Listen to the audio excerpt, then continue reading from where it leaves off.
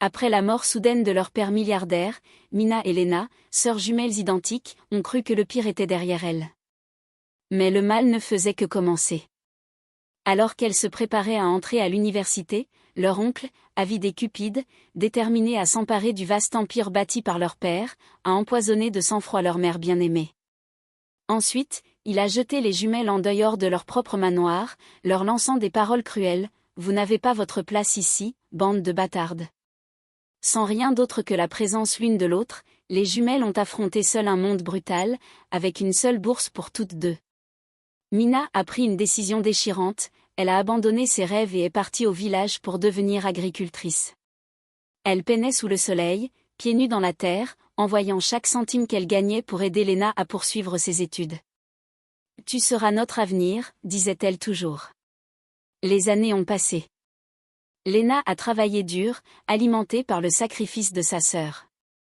Après avoir obtenu son diplôme, le destin lui a souri, elle a bâti un empire commercial à partir de rien, devenant l'une des plus jeunes milliardaires du pays. Mais la manière dont elle a remercié sa sœur a laissé tout le monde sans voix. Mina et Lena n'auraient jamais pu prévoir à quel point leur vie allait changer radicalement en un seul après-midi. C'était tôt le matin, et la maison était en effervescence. Les jumelles se préparaient pour leur premier jour à l'université. Leur père bien-aimé, toujours fier de leur réussite scolaire, leur rappelait constamment que l'éducation était leur porte d'entrée vers un avenir brillant. Identiques physiquement, elles avaient pourtant des personnalités distinctes. Mina était la plus réservée, calme mais observatrice, tandis que Lena était vive et pleine de rêves de conquérir le monde. Soudain, tout s'est arrêté lorsqu'un appel téléphonique a apporté des nouvelles dévastatrices. Leur père, un homme d'affaires notable, s'était effondré lors d'une réunion du conseil d'administration et avait été transporté d'urgence à l'hôpital. La panique s'est répandue dans tout le manoir. Leur mère, Grace, d'ordinaire si calme et rassurante, a tout laissé tomber pour se précipiter à ses côtés. Mina et Lena sont restées derrière, le cœur battant d'appréhension. Elles ne pouvaient se débarrasser de la sensation que quelque chose de terrible se profilait à l'horizon. Plusieurs heures plus tard, leur mère est revenue, les larmes coulant sur son visage, leur père était parti. Le même homme qui leur avait tout donné, un foyer aimant, une excellente éducation et un soutien inébranlable, leur avait été arraché sans préavis. Elles avaient l'impression que les murs de leur monde s'effondraient. Les funérailles furent une brume de deuil et de condoléances. Des gens de tous horizons vinrent rendre hommage aux défunts milliardaires. Certains avaient le cœur brisé, d'autres voyaient une opportunité de se rapprocher de la famille en deuil. Mina et Lena essayèrent de rester fortes, non pas pour elles-mêmes, mais pour leur mère. Ensemble, elles trouvèrent du réconfort l'une dans l'autre, ancrées par leurs liens indéfectibles. Pourtant, au milieu de ce chaos, elles remarquèrent quelque chose de troublant. Leur oncle, un homme qu'elles avaient rarement vu du vivant de leur père, semblait étrangement calme. Il arborait même un sourire mystérieux aux funérailles, comme s'il était indifférent à la perte de son propre frère. Lorsque Mina croisa son regard, elle sentit un frisson parcourir sa colonne vertébrale. Sa présence, d'habitude distante et froide, semblait maintenant terriblement menaçante. Les jumelles n'avaient cependant aucune preuve pour justifier leurs doutes. Ce jour-là, les funérailles se terminèrent sous une pluie battante, comme si le ciel lui-même pleurait la perte d'un grand homme. Alors qu'elles tentaient de se relever, prêtes à entamer leur nouveau chapitre à l'université, une tempête de tragédie vint bouleverser leur vie pour toujours. Elles étaient loin de se douter que ce n'était que le début d'une descente dans l'obscurité, prête à déchirer ce qui restait de leur monde fragile. Les semaines qui suivirent l'enterrement de leur père furent un flou de discussions juridiques et de formalités successorales. L'empire de leur père comprenait plusieurs entreprises manufacturières, des investissements immobiliers, ainsi que des partenariats étrangers pour lesquels il avait travaillé sans relâche afin d'assurer l'avenir de sa famille.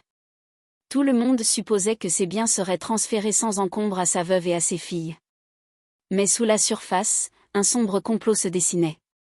Mina et Lena tentaient de se concentrer sur leur processus d'admission à l'université, soutenu par leur mère.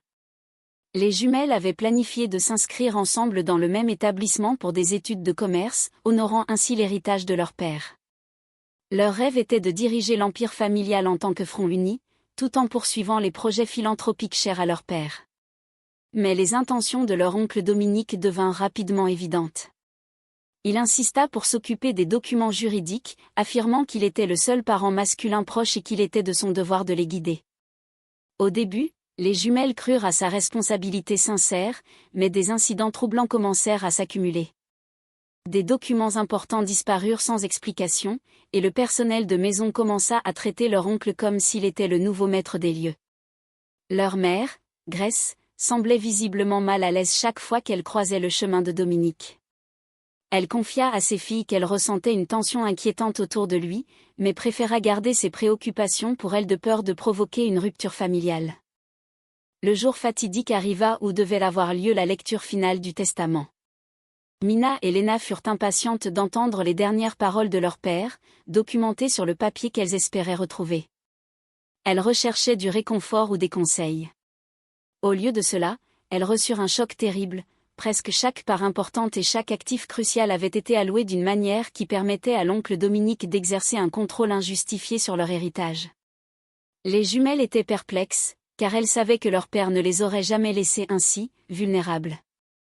Pourtant, les documents juridiques semblaient légitimes, et l'avocat, lui-même déconcerté, secoua la tête, déclarant que tout était apparemment en ordre. Dans les semaines qui suivirent, la tension monta dans le ménage autrefois heureux. Des disputes éclatèrent entre Grace et Dominique à huis clos, tandis que le personnel chuchotait à voix basse le malheur qui pesait sur la famille. Mina et Lena, malgré tout, essayaient de garder espoir, confiantes que leur mère trouverait un moyen de rectifier cette situation étrange. Personne ne s'attendait à la rapidité avec laquelle les choses allaient s'envenimer.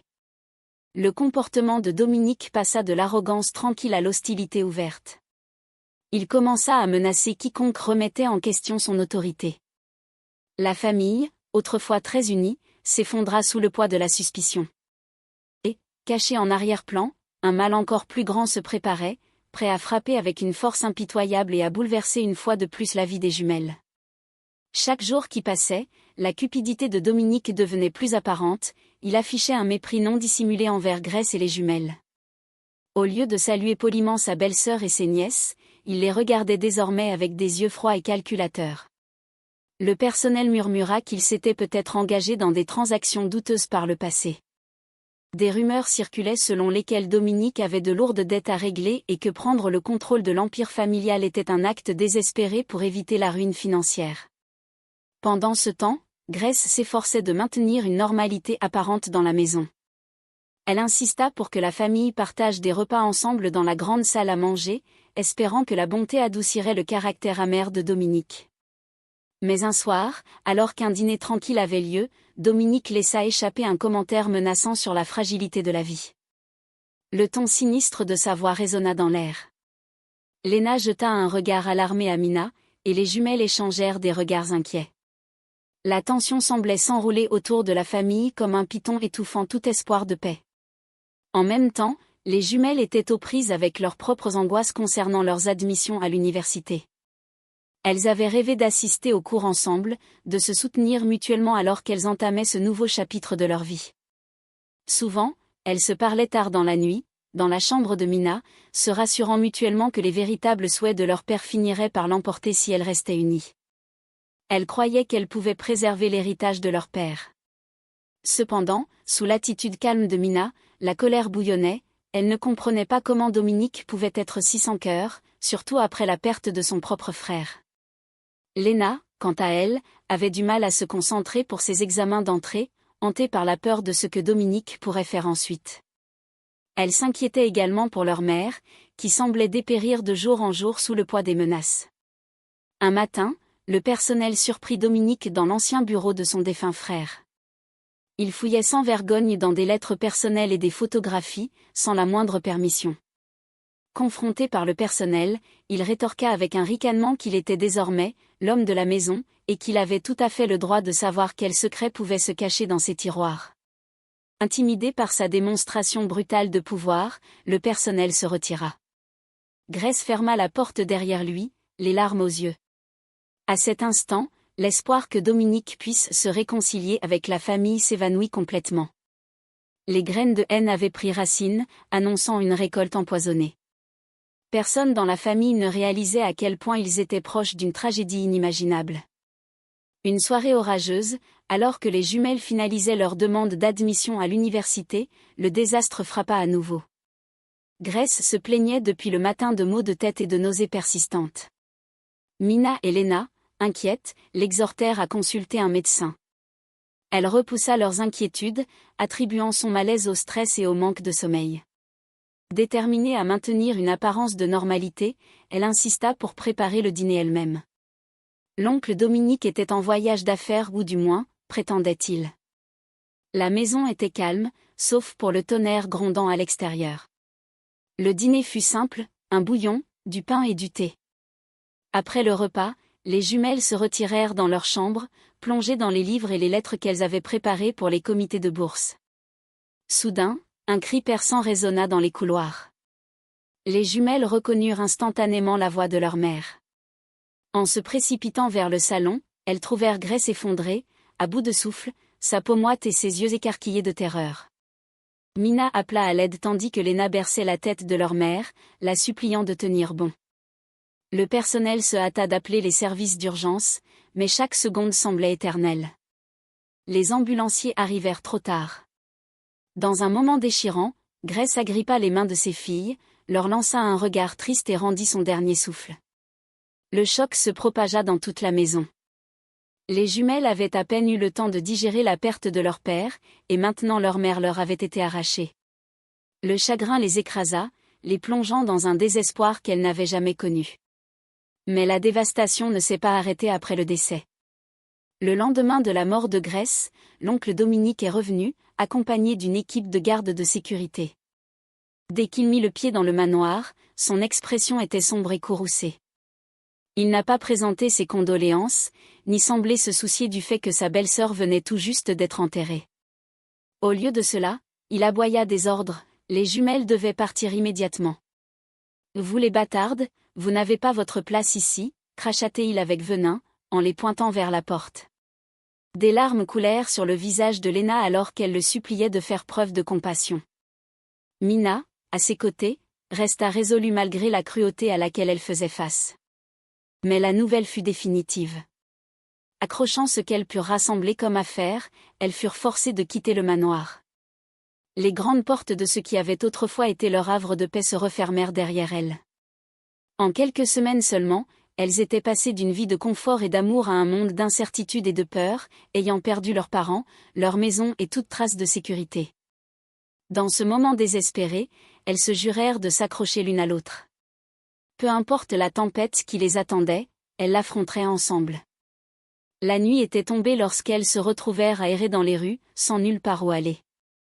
Le vent mordant et une bruine constante rendaient leur situation encore plus désespérée. Les épaules de Lena tremblaient de sanglots silencieux, tandis que Mina essayait de garder un visage courageux malgré son cœur brisé. Elles finirent par se réfugier dans une gare routière, où des lumières fluorescentes vacillantes jetaient une lueur crue sur une poignée de bancs vides. Sans moyen de contacter des amis, beaucoup ayant coupé les ponts après la mort de leur père, elles se sentaient vraiment seules. À minuit, elles succombèrent à l'épuisement et s'assoupirent sur un banc cabossé, le froid s'infiltrant dans leurs os. Le matin arriva rudement. Lena se réveilla en frissonnant, les yeux gonflés de larmes. Mina, posant doucement une main réconfortante sur l'épaule de sa sœur, savait qu'elles avaient besoin d'un plan. Malgré tout, il y avait une lueur d'espoir. Lena avait obtenu une bourse partielle pour intégrer une prestigieuse université de commerce. Initialement, les deux sœurs avaient espéré être admises, mais les excellents résultats de Lena et ses réalisations parascolaires lui avaient permis d'atteindre les strictes exigences de la bourse. Sans les finances de leur père, cela semblait difficile pour les deux. Mina prit alors une décision déchirante, avant même que Lena ne puisse protester. Elle ne poursuivrait pas ses études, mais chercherait un travail. D'une manière ou d'une autre, elle devait soutenir Lena à l'école. « Tu seras notre avenir », murmura Mina en caressant les cheveux de sa sœur. Lena refusa d'abord, suggérant qu'elles pourraient toutes les deux travailler à temps partiel et étudier ensemble. Mais les chiffres révélaient une dure vérité, 2 séries de frais de scolarité, de logement et de subsistance étaient au-delà de leurs moyens. Ravalant sa fierté et enterrant ses propres rêves, Mina insista pour que Lena accepte la bourse. Elle croyait fermement que si quelqu'un pouvait construire une vie pour elle, ce serait Lena. Malgré ses larmes, Léna finit par reconnaître la nécessité de ce sacrifice. La seule chose qui leur donnait de la force était leur lien indéfectible.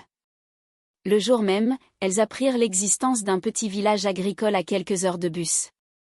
La rumeur disait qu'il avait besoin de travailleurs saisonniers pour la récolte. Ce n'était pas glamour, mais c'était un début. Ainsi, elles se séparèrent, Léna vers le campus universitaire, Mina vers le village agricole. Mina promit d'envoyer tout l'argent qu'elle pourrait pour garantir que sa sœur ne survivrait pas seulement, mais prospérerait. Cela marqua le début d'un sacrifice profond qui allait transformer leur vie à jamais. Niché à la fin d'un chemin de terre sinueux, le village où Mina arriva était à 1000 lieues de l'opulence de son enfance. Les champs s'étendaient à perte de vue, peuplés d'ouvriers courbés sous le soleil brûlant, les pieds fermement plantés dans la terre. L'air sentait la poussière et les cultures fraîches, tandis qu'une brume légère s'accrochait à chaque surface. Mina, debout à l'entrée de la ferme locale, serrait son petit sac d'effets personnels. La gérante, une femme âgée nommée Madame Aluki, jeta un coup d'œil sceptique aux mains délicates de Mina et à ses chaussures élégantes. « Tu es sûre que tu peux supporter ce genre de vie, ma fille ?» demanda-t-elle, sa voix empreinte de doute. Mina ravala sa fierté et hocha la tête fermement. Dès qu'elle mit le pied dans les champs, elle savait qu'il n'y avait pas de retour en arrière. Ce premier jour, les bras de Mina tremblaient sous le poids des paniers remplis de produits frais. Ses pieds nus lui faisaient mal, ses chaussures ayant vite prouvé leur inutilité dans la boue. Le soleil tapait impitoyablement, et la sueur coulait dans ses yeux. Elle ne se plaignit pas. Chaque fois qu'elle se sentait proche de l'abandon, elle imaginait Léna dans une salle de classe, écrivant des notes avec enthousiasme. Cette image lui donnait une détermination renouvelée. La vie dans le village était simple, mais dure. Mina vivait dans une petite cabane en bois, dont le toit fuyait quand il pleuvait. Les nuits étaient glaciales, la faisant souvent frissonner. Malgré cela, une camaraderie paisible naquit entre les travailleurs, ils partageaient la nourriture lorsque les rations étaient maigres et s'offraient des mots réconfortants lorsque l'épuisement pesait sur eux. Mina a constaté que ces gens, bien que pauvres en richesse matérielle, avaient le cœur riche. Le soir, elle se rendait au puits communal pour aller chercher de l'eau pour cuisiner et se laver. Parfois, elle tombait sur un groupe d'enfants qui jouaient dans la terre, riant et souriant, bien qu'ils portent des vêtements en lambeaux. Les regarder lui rappelaient les jours insouciants qu'elle et Léna avaient autrefois, avant que la tragédie ne frappe. Chaque mois, Mina mettait soigneusement de côté une partie de ses maigres gains et l'envoyait à Léna pour l'aider avec les livres scolaires et les dépenses personnelles. Bien que son corps soit fatigué et son cœur lourd, Mina trouvait un étrange sentiment de réconfort dans le village. Le lien avec la terre lui enseignait l'humilité et la résilience, chaque effort devenant un petit acte d'espoir, une promesse de jours meilleurs à venir. Mina découvrait une nouvelle forme de force, forgée par l'amour qu'elle portait à Léna et son engagement à voir sa sœur réussir, quoi qu'il lui en coûte. Pendant ce temps, dans la ville animée, Léna naviguait dans un monde complètement différent. Le campus universitaire était rempli de vie, des étudiants pressés d'assister à des conférences, des clubs organisant des événements sur des pelouses étendues, et des bâtiments universitaires remplis d'activités. Au-dessus de tout cela, l'odeur du papier frais, du café et de l'ambition emplissait l'air. Léna arriva avec une petite valise et un cœur plein de détermination. Cependant, l'adaptation ne fut pas simple, elle avait toujours envisagé de partager un dortoir avec Mina, bavardant sur les événements de la journée et s'encourageant mutuellement pour faire face aux devoirs. À présent, Léna ressentait un vide douloureux chaque fois qu'elle se rappelait le sacrifice de Mina. Parfois, elle pleurait la nuit, serrant son téléphone, impatiente d'envoyer un message à sa sœur, mais hésitait à ajouter plus de stress à la vie déjà difficile de Mina. L'argent était serré. La bourse partielle couvrait une partie des frais de scolarité, mais Léna devait prendre en charge les frais de subsistance, les manuels scolaires et les autres dépenses liées à ses études. Elle travaillait à temps partiel à la bibliothèque du campus, où elle rangeait des livres et aidait des étudiants à trouver des documents de recherche. C'était un travail tranquille, parfait pour quelqu'un ayant besoin d'espace pour se concentrer sur ses études.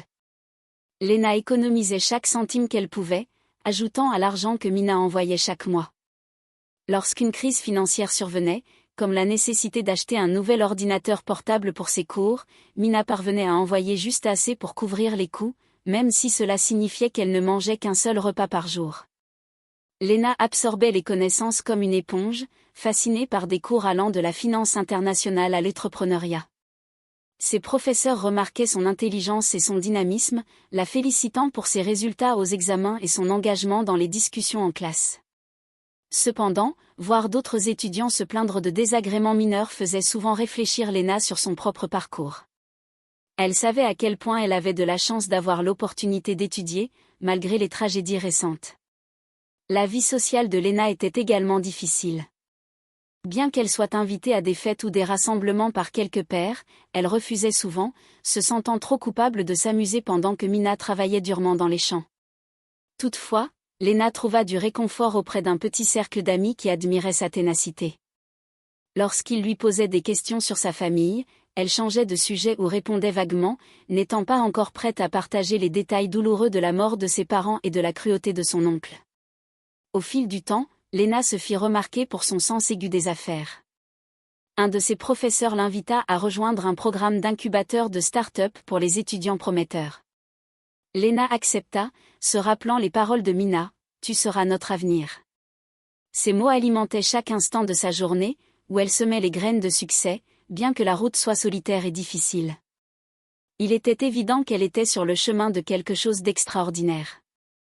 Mina et Léna restaient plus proches que jamais. Elles échangeaient souvent des messages tard dans la nuit, débordant d'amour et d'encouragement. Mina partageait des anecdotes sur sa journée dans les champs, les douleurs et les camaraderies, le rythme régulier de la plantation et de la récolte. Léna, en retour, confiait des extraits de sa vie universitaire, son enthousiasme pour une nouvelle idée d'entreprise, ses difficultés avec les projets de groupe et ses épisodes de mal du pays. Les dimanches, elle planifiait des appels plus longs. Léna s'excusait des réunions sociales ou des séances d'études pour entendre la voix de Mina résonner à travers le téléphone. À chaque fois que Léna promettait que le sacrifice de Mina ne serait pas vain, elle se sentait plus déterminée que jamais à réussir pour offrir à Mina la vie qu'elle méritait. Mina, quant à elle, répondait toujours avec un léger rire, lui disant qu'elle était déjà fière et qu'elle trouvait sa récompense dans le succès de Léna. De petits gestes renforçaient leur lien fort. Léna envoyait à Mina des cadeaux modestes, une paire de bottes solides pour remplacer ses chaussures usées, une couverture pour les nuits froides et quelques livres pour la motiver. De son côté, Mina envoyait à Léna des colis remplis de collations faites maison du village. Ces marques d'affection étaient chéries par les sœurs, témoins de leur lien indissoluble, les portant à travers le chagrin et la perte. L'oncle Dominique était rarement mentionné dans leurs conversations. La blessure de la mort de leur mère était encore trop récente, et elles soupçonnaient toutes deux Dominique d'être responsable, bien qu'elle n'ait aucune preuve. Néanmoins, elles refusaient de laisser l'amertume éclipser leur progrès. Mina s'accrochait à l'espoir que, tant qu'elle et Léna restaient unies, elles finiraient par triompher de toute injustice. Mais les deux sœurs ressentaient le poids de leur responsabilité s'intensifier. Mina était préoccupée par la saison des pluies, qui pourrait détruire les cultures si le temps devenait sévère. Léna, de son côté, ressentait la pression de maintenir les meilleures notes pour conserver sa bourse. Toute erreur pouvait mettre en péril son avenir, ainsi que le sacrifice de Mina. Dans ces moments difficiles, les jumelles puisaient de la force l'une dans l'autre, même si ce n'était que par le ton réconfortant d'un message vocal ou d'un texte de soutien, illuminant leur écran de téléphone à 2 heures du matin. Leur amour était comme un bouclier les protégeant du désespoir. Ce lien fraternel inébranlable allait les propulser vers le prochain chapitre de leur destin entrelacé. La vie de Mina prit un tournant inattendu lorsque Madame Maluxy, la gérante de la ferme, l'appela dans un bureau branlant qui sentait l'engrais et la paperasse vieillissante. Le cœur de Mina battait la chamade, elle craignait d'être licenciée, considérant qu'elle était encore nouvelle dans ce travail. Au lieu de cela, Aluchsi la félicita pour son dévouement et sa ponctualité. Elle lui annonça que certains travailleurs allaient recevoir une formation avancée sur les nouvelles techniques agricoles. Si Mina obtenait de bons résultats, elle pourrait bénéficier d'une légère augmentation de salaire. Submergée de soulagement et de gratitude, Mina accepta sans hésiter. Elle étudia de nouvelles méthodes d'irrigation, de rotation des cultures et de lutte contre les ravageurs. Bien que le travail reste physique, ses responsabilités évoluèrent progressivement. Mina commença à guider d'autres ouvriers agricoles, organisant les tâches quotidiennes et documentant les avancées de la ferme. Avec l'augmentation de son salaire, elle put envoyer un peu plus d'argent à Lena chaque mois. Au même moment, dans la ville, Lena connut également une percée. Son programme d'incubateur de start-up encourageait les étudiants à présenter leurs idées d'entreprise à un panel d'investisseurs locaux. Lena proposa une plateforme de commerce électronique axée sur les artisans locaux et leur artisanat, inspirée par les produits de qualité de son enfance. Elle passa des semaines à perfectionner son argumentaire, à créer des diapositives et à s'entraîner devant le miroir. Le jour de la présentation, Lena était à la fois nerveuse et enthousiaste. Elle parla avec confiance de combler le fossé entre les artisans et les consommateurs modernes. Les investisseurs l'écoutèrent attentivement, certains hochant la tête en signe d'approbation. À la fin de la séance de questions-réponses, le panel salua sa vision. L'après-midi, Lena obtint un petit investissement de démarrage pour développer sa plateforme. Bien que ce ne fût pas une grosse somme, cela lui donna l'élan nécessaire pour aller de l'avant. Ce soir-là, elle appela Mina pour lui annoncer la bonne nouvelle. Mina pleura des larmes de joie en apprenant le succès de sa sœur. Dans sa humble cabane, elle s'accrochait au téléphone, imaginant le sourire éclatant de Lena à l'autre bout du fil. Elle pouvait presque voir sa sœur se tenir avec confiance devant les investisseurs, les conquérant par son intelligence et sa passion. Pour la première fois depuis que leur vie avait été bouleversée, elle se sentait optimiste. Les petites victoires étaient des tremplins vers de plus grands rêves. Bien que leurs chemins aient été différents, l'une dans les champs sous le soleil brûlant et l'autre dans une ville animée à la poursuite d'un rêve de start-up, elles partageaient un seul objectif, honorer leur passé et prouver que l'amour et le sacrifice pouvaient vaincre même le désespoir le plus sombre. Dans les années suivantes, Lena consacra toute son énergie à la croissance de sa plateforme de commerce électronique.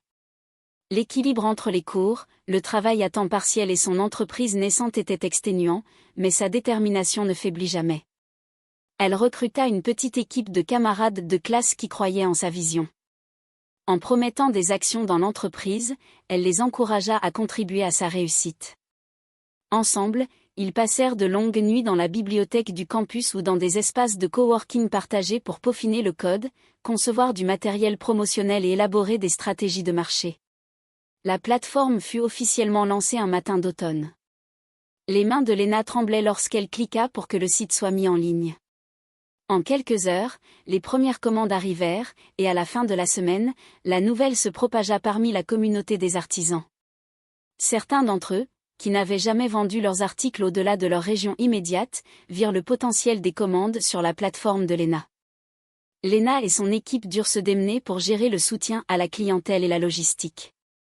Lorsque les bénéfices commencèrent à rentrer, Lena n'oublia pas le sacrifice de sa sœur.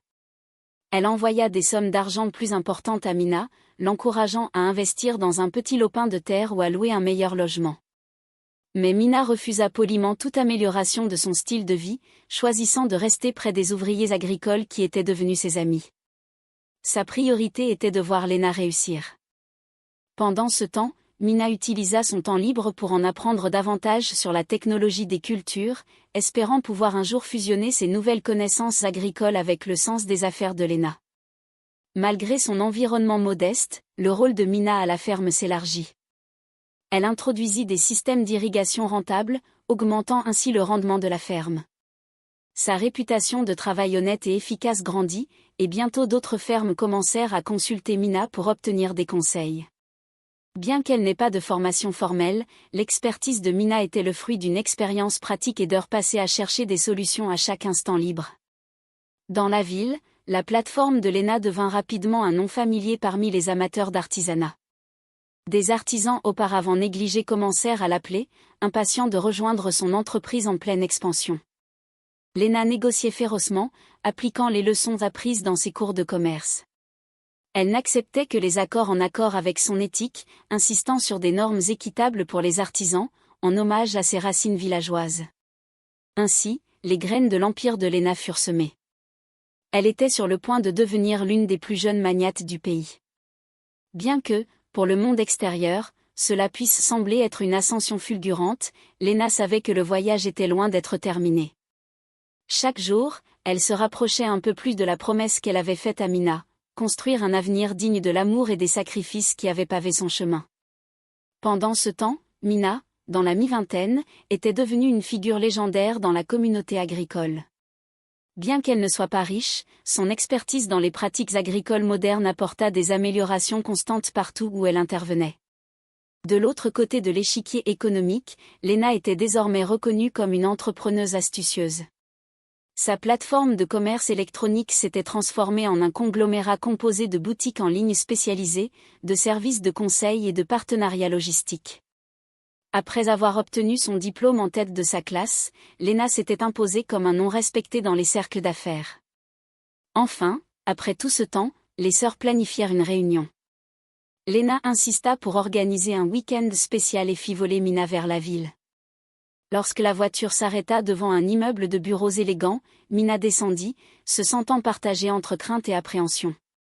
Elle portait des vêtements simples, ses mains calleuses cachées dans ses poches. Mais dès qu'elle aperçut Lena dans le hall, ses inquiétudes s'évaporèrent. Les jumelles coururent l'une vers l'autre, versant des larmes dans une étreinte joyeuse. Lena ne perdit pas de temps et fit visiter à Mina son siège social. Les étages bourdonnaient d'activités, les équipes marketing planifiaient des campagnes, les développeurs de logiciels déboguaient des codes, et les représentants du service client répondaient à des requêtes venant du monde entier. Tout le monde s'arrêta pour saluer l'invité d'honneur de Lena. Ils furent surpris de découvrir que la femme derrière le succès de leur PDG était cette humble figure avec de la terre sous les ongles et un sourire sincère. Plus tard, dans le bureau de Lena, une suite d'angles spacieuses donnant sur les toits de la ville, les jumelles s'assirent ensemble sur un canapé moelleux.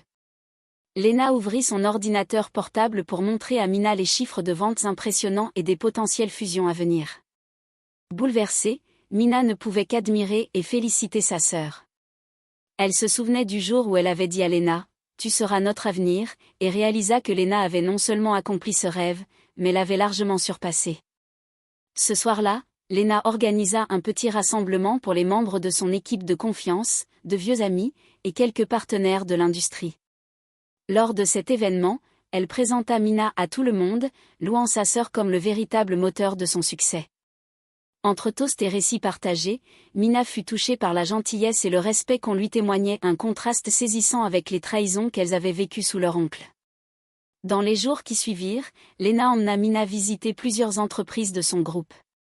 Elles voyagèrent de magasin en magasin animé, chacun mettant en avant des articles artisanaux provenant directement des artisans locaux. Elles visitèrent même une marque de luxe nouvellement lancée spécialisée dans des tenues et accessoires sur mesure. Tout brillait de sophistication, et les clients affluaient de toute région pour découvrir la collection. Mina observait chaque opération avec un mélange d'émerveillement et de fierté. Voir Lena gérer calmement les négociations avec les détaillants et déléguer des tâches à ses gestionnaires contrastait avec la jeune fille effrayée qui pleurait l'idée de tout perdre. Lena, à son tour, attribuait son succès au soutien inébranlable de Mina, ne manquant jamais une occasion de rappeler à tous qu'elle était debout sur les épaules de sa sœur bien-aimée. Puis vint le jour où Lena signa les documents pour son nouveau manoir. Situé dans un quartier exclusif, il comportait des jardins somptueux. Des équipes de tournage se rassemblèrent pour capturer ce moment, alors que des rumeurs se propageaient sur une grande annonce publique.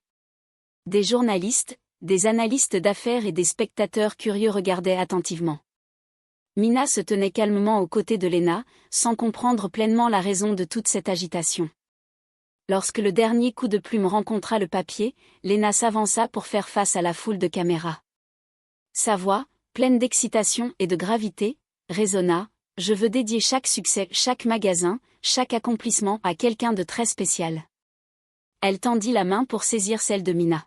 « C'est ma sœur, Mina. Ma jumelle, mais bien plus encore. Elle a été ma mère, mon père, mon guide. Elle a tout abandonné pour que j'aie une chance. » Un silence, puis des murmures parcoururent la foule. Lena attira Mina plus près.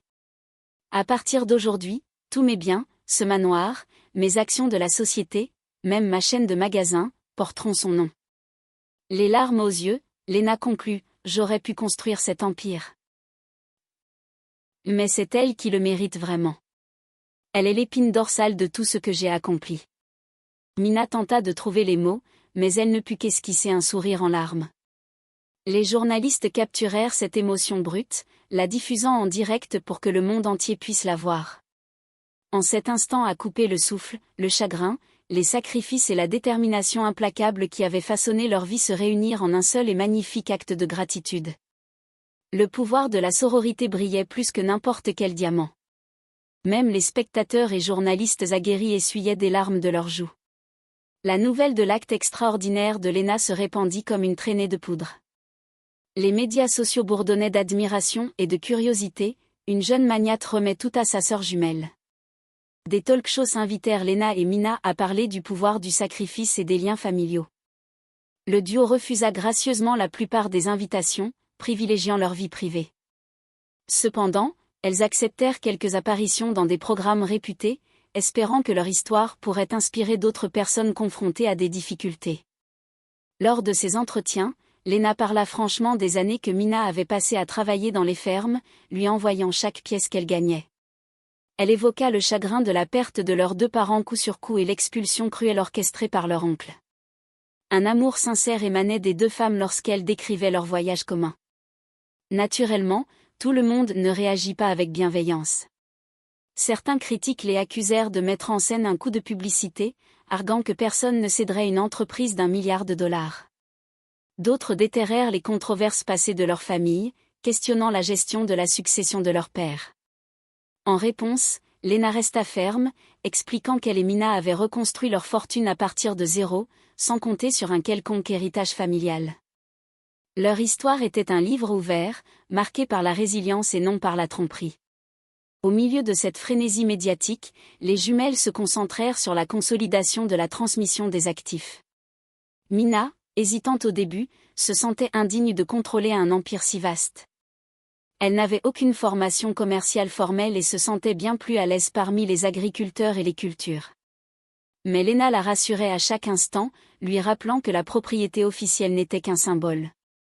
Léna continuerait à gérer les opérations quotidiennes, tandis que Mina pouvait choisir n'importe quel rôle ou aucun. Peu à peu, Mina commença à voir la situation dans son ensemble. Elle réalisa qu'elle avait une voix et qu'elle pouvait changer des vies.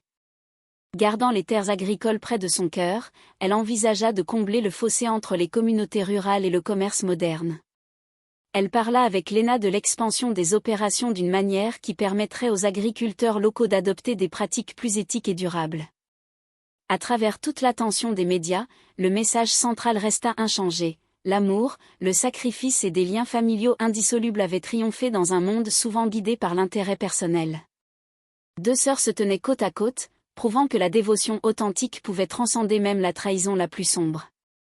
Mais, à leur insu, le destin s'apprêtait à leur livrer une dernière épreuve, un écho du passé qui mettrait à l'épreuve leur compassion et leur résilience. Un après-midi, alors que Mina se rendait à l'inspection d'un projet de coopérative rurale, elle reçut un appel d'un numéro inconnu. Elle répondait rarement à de tels appels, mais un sentiment tenace l'incita à décrocher. La voix tremblante à l'autre bout du fil appartenait à une vieille connaissance de sa vie passée au manoir, une domestique qui avait été bonne avec elle dans son enfance. La nouvelle était aussi inattendue que troublante, l'oncle Dominique était gravement malade et demandait la présence des jumelles à son chevet à l'hôpital. Après avoir raccroché, Mina ressentit une vague d'émotions contradictoires. Elle contacta immédiatement Léna, qui était alors en pleine réunion du conseil d'administration. En apprenant la nouvelle, Léna resta silencieuse.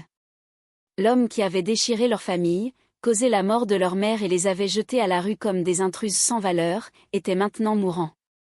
Selon le messager, il n'avait plus de proches vivants et souhaitait voir ses nièces avant qu'il ne soit trop tard. Elles délibérèrent pendant des heures. Léna hésitait à voir l'homme qui les avait privés de leur innocence et de leur sécurité. Mina, bien que peinée, argumenta qu'elle devrait peut-être y aller. Leurs parents leur avaient enseigné la compassion par-dessus tout. Même si Dominique ne leur avait montré aucune pitié, cela ne signifiait pas qu'elle devait devenir aussi cruelle que lui. À ses yeux, le pardon était un acte d'autolibération. Finalement, Léna accepta. Ce n'était pas facile, elle ressentait encore du ressentiment, et les cicatrices émotionnelles étaient profondes. Mais elle faisait confiance à la sagesse de Mina. Elles s'arrangèrent pour se rendre à l'hôpital tôt le lendemain matin, espérant éviter l'attention des médias. Malgré la célébrité de Léna, elles réussirent à arriver discrètement, vêtues de vêtements simples et escortées par une poignée de fidèles. En entrant dans la chambre d'hôpital de Dominique, elles eurent l'impression de tomber dans un cauchemar. Il était allongé, soutenu par des oreillers, un enchevêtrement de tubes reliés à diverses machines. L'homme autrefois imposant et cruel était maintenant réduit à une frêle silhouette luttant pour respirer. Troublées, Léna et Mina s'approchèrent prudemment, le cœur battant. Lorsque Dominique ouvrit les yeux, son regard tomba sur les jumelles. Une lueur de reconnaissance traversa ses traits, suivie d'un faible soupir de regret. Au moment où personne ne parlait, l'air était tendu, chargé du poids tacite de leur histoire tragique. Finalement, Dominique leva une main tremblante pour leur faire signe de s'approcher. Sa voix était à peine audible, mais elle portait le poids d'une confession qui ferait la lumière sur leurs soupçons les plus sombres et testerait les profondeurs de leur compassion. La voix de Dominique était faible, rauque à chaque respiration. Bien qu'il ait du mal à parler, ses mots sortirent avec une clarté obsédante, « J'ai tué votre mère ». Il l'admit, des larmes s'accumulant dans les coins de ses yeux. « J'avais tellement faim de la fortune de votre père. Je ne pouvais pas supporter l'idée de tout perdre. » Mina sentit une vive colère éclater dans sa poitrine. Elle serra les poings, se rappelant toutes les années de souffrance qu'elles avaient endurées à cause de la cupidité de cet homme. Léna aussi tremblait de rage et de chagrin, des larmes coulant le long de ses joues. Leur mère avait été une âme douce qui ne méritait rien de la cruauté qu'elle avait reçue. « Je l'ai empoisonnée », continua Dominique, d'une voix emplie de remords. « Je lui ai dit que c'était un médicament. Je pensais que si elle disparaissait, je pourrais tout régner. Mais j'ai tout perdu, de toute façon. » Un lourd silence s'installa. L'aveu les frappa avec une force brutale, confirmant leurs soupçons les plus sombres. La première réaction de Léna fut de reculer, dégoûtée. Elle se souvenait des années douloureuses de lutte seule, alimentée par un vœu silencieux de venger sa mère. Mais alors qu'elle regardait le corps frêle de Dominique, ses yeux implorant quelque chose en elle, sa colère se mit à faiblir. Mina fut la première à rompre le silence. Elle plaça une main tremblante sur le bras de Dominique, le même bras qui avait signé leur héritage et les avait jetés dans la rue. « Tu as tout pris de nous », murmura-t-elle d'une voix lourde de larmes non versées. « Tu nous as volé nos parents, notre maison, et failli voler notre avenir. » Les yeux de Dominique se fermèrent, comme s'ils se préparaient à leur colère. À cet instant, Léna atteignit la main de Mina. Elles se regardèrent, se rappelant chaque épreuve, chaque combat. Elles savaient toutes les deux que s'accrocher à la haine ne ferait que prolonger leur souffrance. « Tout ce que nous sommes maintenant, » reprit Léna, « nous l'avons construit par nous-mêmes. Pas à cause de ta cruauté, mais en dépit de ta cruauté. Tu ne peux plus nous faire de mal. » Dominique sembla comprendre. Une larme roula sur sa joue creusée. Avec un dernier souffle frissonnant, il murmura, « Je suis désolé. » Ses yeux se fermèrent. Les machines émirent des bips frénétiques, et les médecins se précipitèrent dans la chambre. Quelques secondes plus tard, l'homme qui avait tourmenté leur vie était parti. Mina et Léna quittèrent la pièce, main dans la main, leur poitrine lourde mais submergée par un étrange sentiment de libération. Face à face avec l'architecte de leur plus grande tragédie, elles avaient choisi non pas la vengeance, mais la compassion. Le poids de la haine s'était envolé de leurs épaules. Elles quittèrent l'hôpital sous un coucher de soleil peint de chaudes teintes d'orange et de rose. Leur tête était inclinée, non en signe de défaite, mais dans un souvenir tranquille de tout ce qu'elles avaient perdu et tout ce qu'elles avaient gagné. Aucun héritage ni accolade publique ne pouvait être comparé au lien indéfectible qu'elles avaient forgé en se tenant côte à côte. Elles savaient que leur histoire, celle de deux sœurs ayant vaincu la trahison par l'amour, était loin d'être terminée. Mais où que la vie les mène, elles l'affronteraient ensemble, unies par l'héritage du sacrifice et de la rédemption trouvée dans le pardon. Si vous aimez ce que je partage, prenez un moment pour vous abonner à ma chaîne. Votre soutien signifie énormément pour moi et m'encourage à continuer à créer du contenu que vous appréciez. Merci de faire partie de cette belle aventure.